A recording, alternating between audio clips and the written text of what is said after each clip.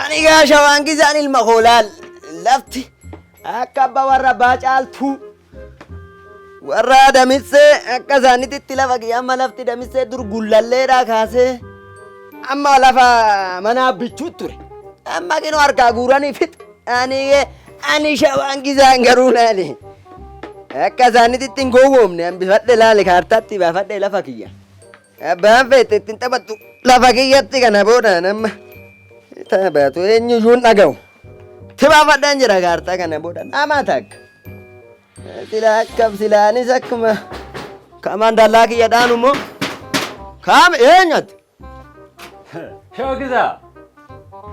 Salaam shawaan gisaa. Akkami? Akkam dallaan irratti dhaalta naman. Dachee keessa barbaadeen ture shawaan gisaa. Maaltu jira seete shawaan gisaa? Qarshii hoggaa ta'e rakkoo ni qabu. Investi cimaa fi waan barbaadeef irraa akka kaasutti ergan ture nama darbe miila darbesi. Anati gammee faa gowwoomsite tokko naman.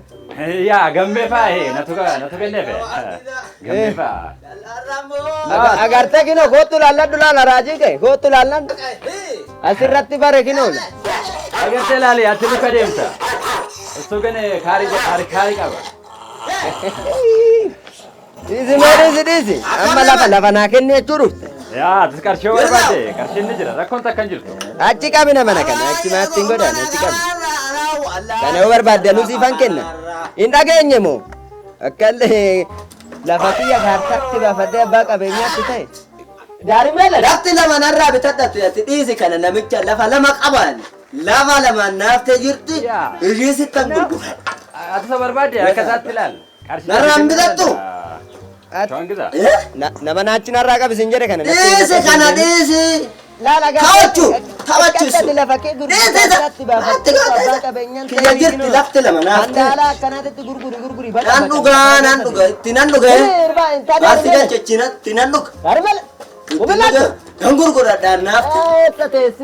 Gurguratin ati barbaade. Sittan agarsiisa laal kaartaa kiyya. Abaayaa. Akkanaanii moti anan abbaa qabeenyaatti ta'e. Laal agarte. Okay, anda sinan dee balaa qarshicha. Achi deemna mana. Achi deemi. Seeran beektu jetti. Baay'inarraa. Deem baay'e. Kun hunduu lafa laakeeti si tokkotti. Abaayaa. Lafa kee gurgurtee. Shawaan gisaan amma hin gurguretti. Okay, kana natti biyyata ootan. shawaan gisaa. Mashati alfallagam. Hin barbaadu hin gurguru. Alfallagam. Hin gurguru. ችግር የለም እኔ ጨርሳለሁ መንግስት ችግር የለም ያንተ አለ ያንተ ጨርሳለሁ Mangistiin lafa kee gurgureedhamu. ችግር የለም ጨርሳለሁ Mangistiin akka kee lafa kee gurguru hin jedhu laale abbaa qabeenyaa ta'e misoomsiidha malee irratti misoomfadhu qabiyyee kee kaartaatti baafadhe malee lafa kee gurguru hin jenne leeba. Nan deema ka. Qaba baanke bacamtii as deemte si akkatti annatu fakkiise annoo dhugee to lafa kee Nan deema ka. Nan deema.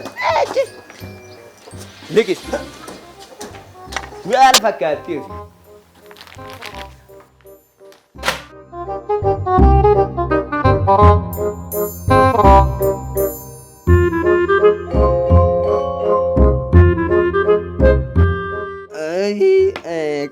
Katti qabeenya xiyyaamma lafa kiyya kaamma laale akka daa'ima warra annoo san silaa lafti shawaan gisaa akka seenaa ta'e gaami immoo seenati immoo kamiin Nagaayirtu miidiyaa irraa dhufne. adda warra miidiyaati kootubba Qe'ee warra shawaan gisa'u miti. jen shawaan gisaadhe Shawaan gisa'u sini. anuma noor nama rakkam jirta naguma almago teessoo siif dhaqa daarimme alaj daarimme hin jirtu micoontu niititti akka mana jira kumillaacho teessoo fidiif askaayif taa'e miidiyaa irraa dhufeet ta'e Addis miidiyaa neetwoorkii irraa dhufe. addis miidiyaa kana nan laala godhi gisee baay'een laala annoo irratti warra kaartaa faanuu kennisiisteni godhaasin ijoollee ciccimtuudha wanna baay'ees akka nu gorsitan amma kinuu jirti daa'imti kinoo akka kinoo gammachuu fa'aa amma lafasaa gurgureetti inoo ittiin dhugee bacama Kinoo ijoolleen warra birruu tokkos immoo kinoo riiboo bittee maal bittee ittiin caccabdee kinoo mana ciciiste. Amma makiinaa bittu akkuma gurgurattee osoo gizeessanii waan ta'e dhaabbattee hojjatte. Maarree nutis obbo Shawaan Giza'u lafa isaanii hambifatanii kaartaalee itti baafatanii ijoollee isaaniif sirsiisanii jennaan muuxannoo kana qonnaan bultoota biroodhaaf akka hirtaniif sin bira dhufne. Anis kanuman jedhaatti reelma koo laal daa'imti amma laal warri baadiyyaa warri safara keenyaa tokko laal gatti lafa isaanii gurguranii ittiin dhuganii bacabacaman. Na jalatti laalaa baraadhaa kaartaa baafadhaatti abbaa qabeenyaa taa'ii jedhan. Diddee kinoo ana qagammee bacabacamtee kinoo ganda keessa deemte.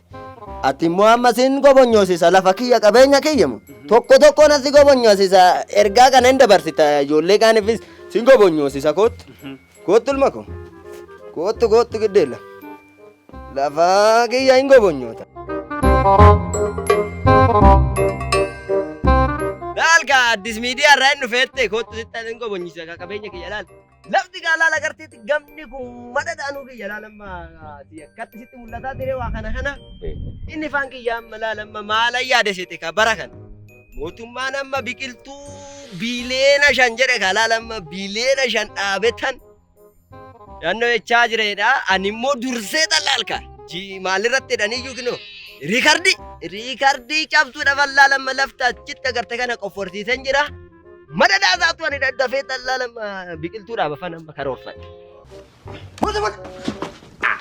Maala baafadhe. አስደንግጡኝሳ ምን አባቱ ነው የማታስበው? ቁሌት ይገፋል። አሳብ ምንድነው ማሰበች? ስንጡፋስ የከተርከኛን ነስዳ ቢታት Tole daawwattoota keenya Shawaan Giza'u keessatti nu seematee egaa argitanii turtanii Shawaan Giza'u kun ammoo eenyudha kan jedhuuf ammoo egaa kunoo asitti argamneetu kan jirru Shawaan Giza'u eenyu laata? Shawaan Giza'uun akkuma agarte ana naaf yaadiin jedhama naaf yaada addunyaan jedhama yookiin immoo ijoolleen baay'een siisaayinaan jedhu maqaan kiyya inni sirrii naaf yaada addunyaadha. Anaadha. Shawaan Giza'uun agarte sun achitti agarte sun. Mee Shawaan Giza'u yookaan immoo naaf yaad akkamitti Shawaan Giza'u ta'e laata yookaan immoo taatoo kan akkamitti filatteen yoo immoo jalqabde ani eenyaan TikTok irratti si argee gara kee dhufe mee waa'ee kennutti mini. Shawaan Giza'uun kun egaa akkamitti dhufe kan jettu yaadichi isaa kan dhufe waanuma qabatamaa lafa jirudha.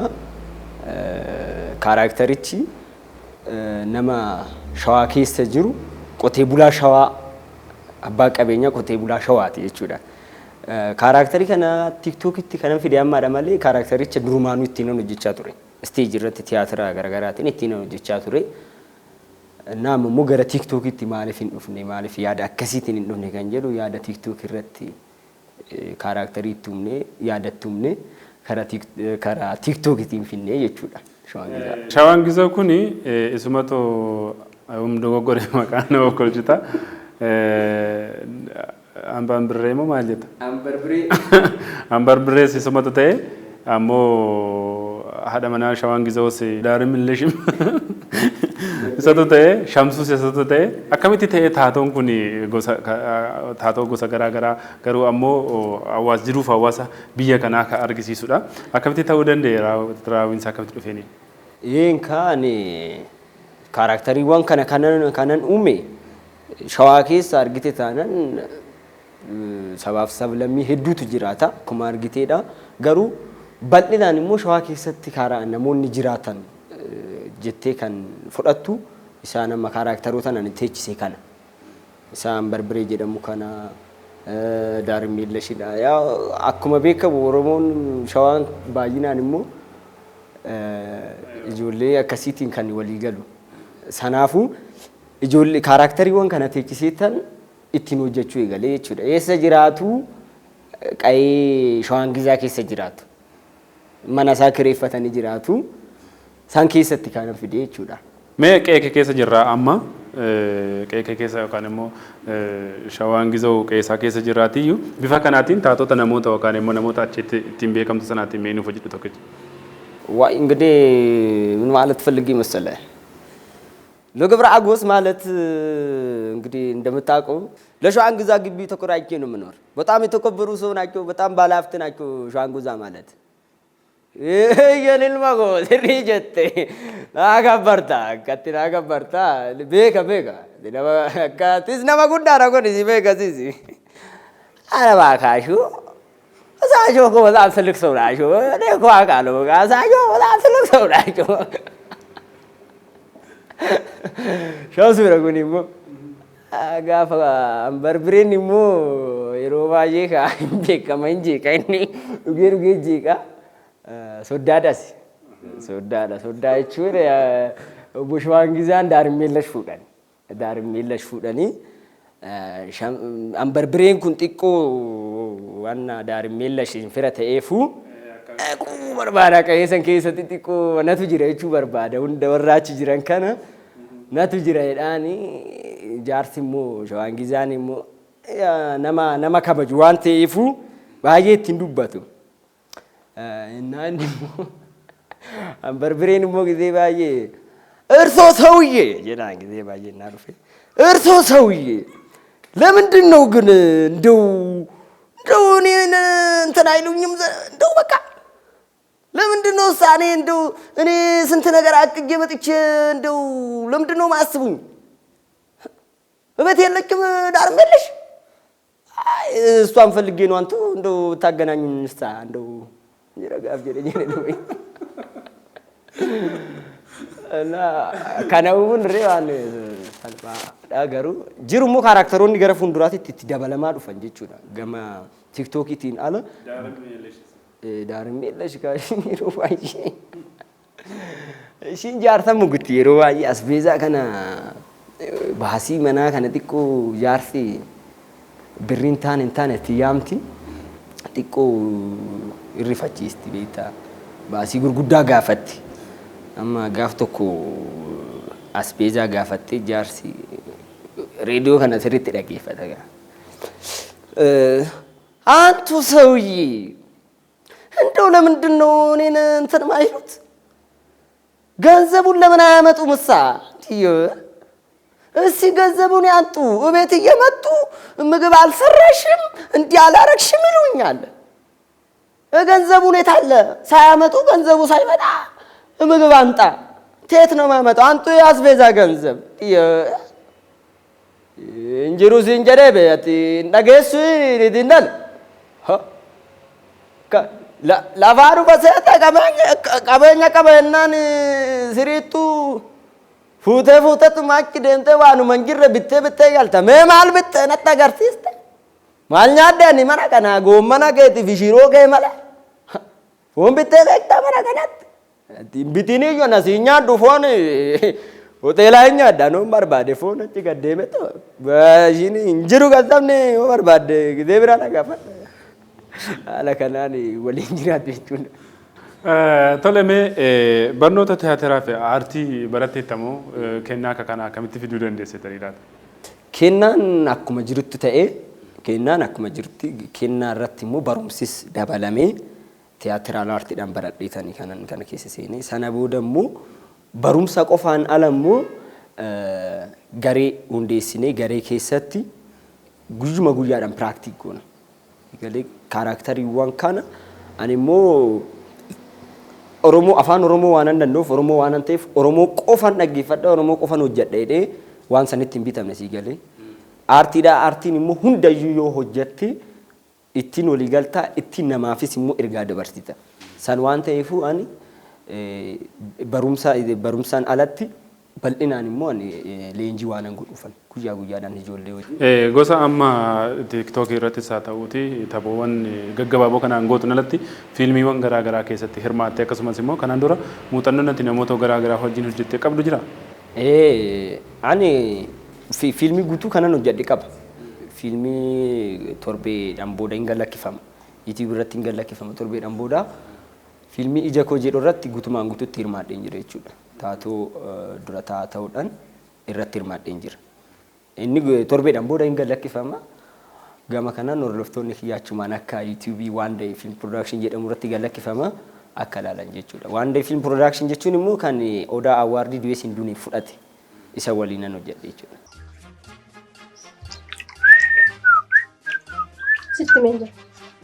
Sitti meenjera hojjettu.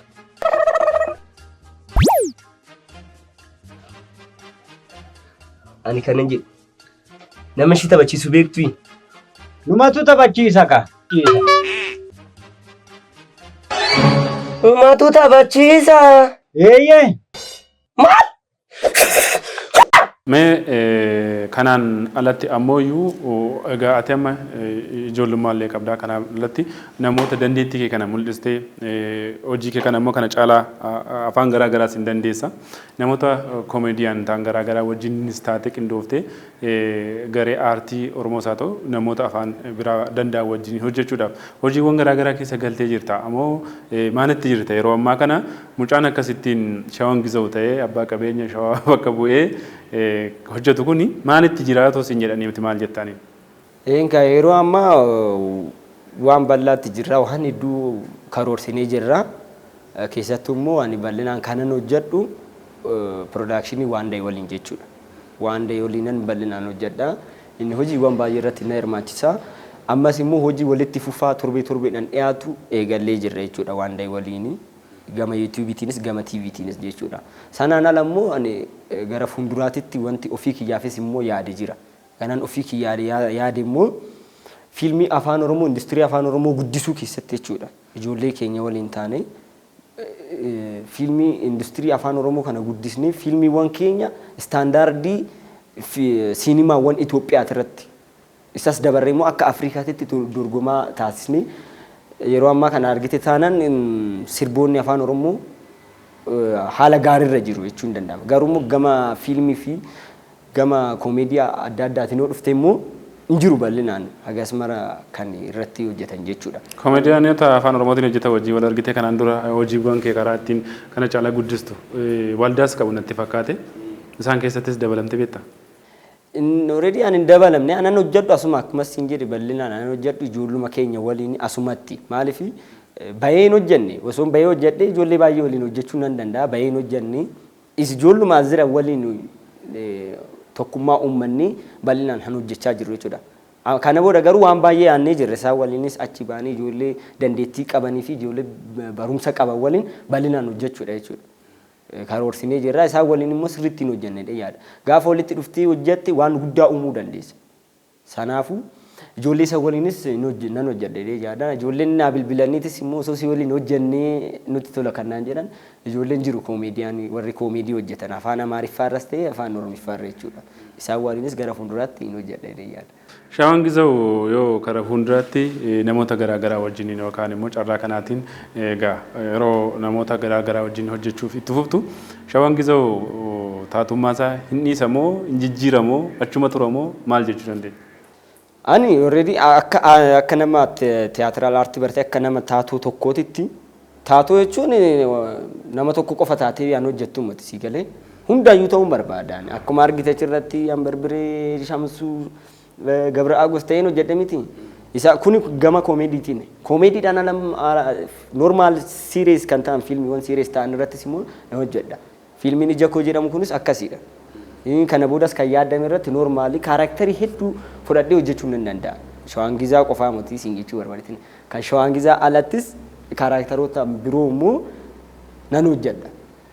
Shawaan Gizaaw akkuma yaada barreessee iskiriiptii barreesseetti hojjedhu saniiti jechuudha. Egaa Addis Miidiyaa Neetwoork iddoo jireenya kee magaalaa Caancoo dhufnee akkasittiin ganama kaanee si faana waliin turreerra. Maal nuun jetta dhumarratti? Shawaan Gizaaw fi ani namoonni baay'een nan beekani gaafa Shawaan Gizaaw argan nama guddaa ijaarsa wayiitti itti fakkaata. Gaafa ana laalan immoo akkasitti daa'imaadha. Galatoomaa isiniin jedha. Tole egaa ijoollee too'e baguma na dhuftanii na gaafattan. Gara fuulduraattis gaama kanuma takka dhuftanii na gaafatinaa too'i.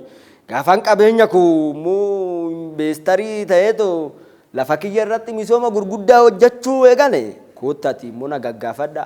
Ana qofas immoo mati jirti ijoolleen baay'een namoonni baay'een jiranii isaanis koottaati gaafadha hin jedhan yamanumaan baga dhuftanii naa galatooma isiniin jedha.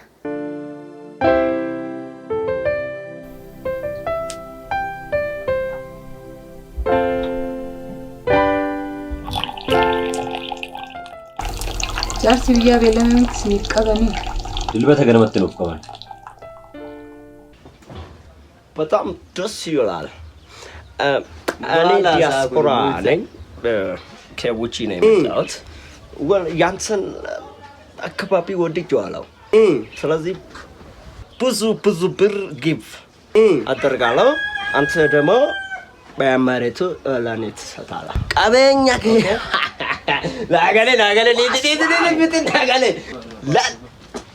mammaaksa tokkotu jira laal oromoon maal jedha seete laali kana maaltu si gubee jennaan ibiddaa jette kana hoo jennaan ibiddaa kana laaltee maal gochuu kanatti dhaqxee jedha dubbiin narraa bayi David. Production keenya Wandi Film Production jedhama. Maqaan isaa immoo guyyaa tokko jechuudha. Kan waliin dubbannee gaafa hojii kana eegallu guyyaa tokko iddoo nuti ga'uu barbaannu tokko ni geenya. Abdii qabna waan ta'eef jechuudha. Sanaan booda walitti qabamni isaan keessaa ka naaf yaada Shawaan Gizaattan inni ijoollee baay'ee keessaa dhugaa mucaa sirriitti humna qabudha. Maaliif tanaan dura waan hojii soggaa wajjin hojjennu waanuma xiqqoo tokko isaaf kenniteetoo karaa ati yaaddu sanaan ala bal'iseetoo mucaa siif hojjeteetoo haala ati barbaadu ol hojjeteetoo siif qophaa'udha. Sanarraan ka'ee isarratti waan akka inni humna qabu waan agarreef sana booda fiilmii barreessine kaanitu fiilmii ijagoo kan jedhu. Fiilmii ijagoo sanarratti kaarakterii sun amma moorama fiilmii joggaa beellaaltu amma Shawaan Gizaa jedhameetu amma dandeettoonni qabuun kanaan ala immoo kaarakterii eenyummaa bira uffatee kan jiru. Isarratti akka hojjetuuf carraa kennaaniif haalan ani barbaadu sanaan olitti sirriitti hojjeteetoo kaarakterii sana boonse. Inni immoo tokkoffaa amala qaba waan jedhu ni dhagaa. Hojii tokko isaa kennameef taanaan yeroo sana fudhatee galee yeroo dheeraatti qo'atee wanna samarratti fookasii godhanni keessumaa yoo sirriitti hojii kan hojjetee bahuun isaa inni tokkoffaani hojii kennameef sana itti gaafatamummaa fudhatee fudhata. Itti gaafatamummaa fudhatee yeroo dheeraa irratti dabarseetoo gaafa dhufeetoo siif hojjetu wanna ati barbaadu san guutumaan guutuutti sii dhiyeessaa jechuudha. Kanaafiyyuu sirriitti baay'ee bareeda deemaa jira. Sababa ijoolleewwan kun kaa sabichaa miti wabiin hin jira, wabiin jiguun hin jira. Ijoolleen kun ijoolleen gara ijoollee jaa'anii jiranii isaan kun bakka tokkotti dhufneetoo hojii eegallee sana booda gara jalqaba irratti fiilmiin keenya kan uummata biraan nu ga'e fiilmii du'ee sin duunee tokko hojjenne. Fiilmiin du'ee sin duunee sanaan immoo sirriitti uummata biratti sirriitti jaalatame fiilmii sana dhugaa hojjechuudhaaf hundumti keenyaa sirriitti aara isaa baay'eetti kaffallee tokko hojii sana kan hojjechuu dandeenye. Fiilmii sanaan immoo bara kana Odaa Awaard irratti beest script writeridhaan mo'annee jirra. Akkasumas immoo beest muuviidhaanis fiilmii filatamaa bara kanaattinis mo'anneerra. Taatuun achirratti hojjettes immoo taatoo cimtuu bara 2022 jedhamtee shamarreedhaanis fiilmii kanaan gosa damee sadiin kan injifanneeni. Fiilmii sanaan immoo mo'achuu keenyaaf sirriitti itti gammanne hundi keenyaa baay'ee wajjin dadhabnee turre waan ta'eef jechuudha. Amma naaf yaada gaafa akkatti hojjetetoo beekamu hundumti keenya namni tokko hojjete taanaan duubarraan nama sana karaa ittiin gargaaruu qabnu karaa ittiin utubnee wal baasuudha kan ittiin deemnu jechuudha.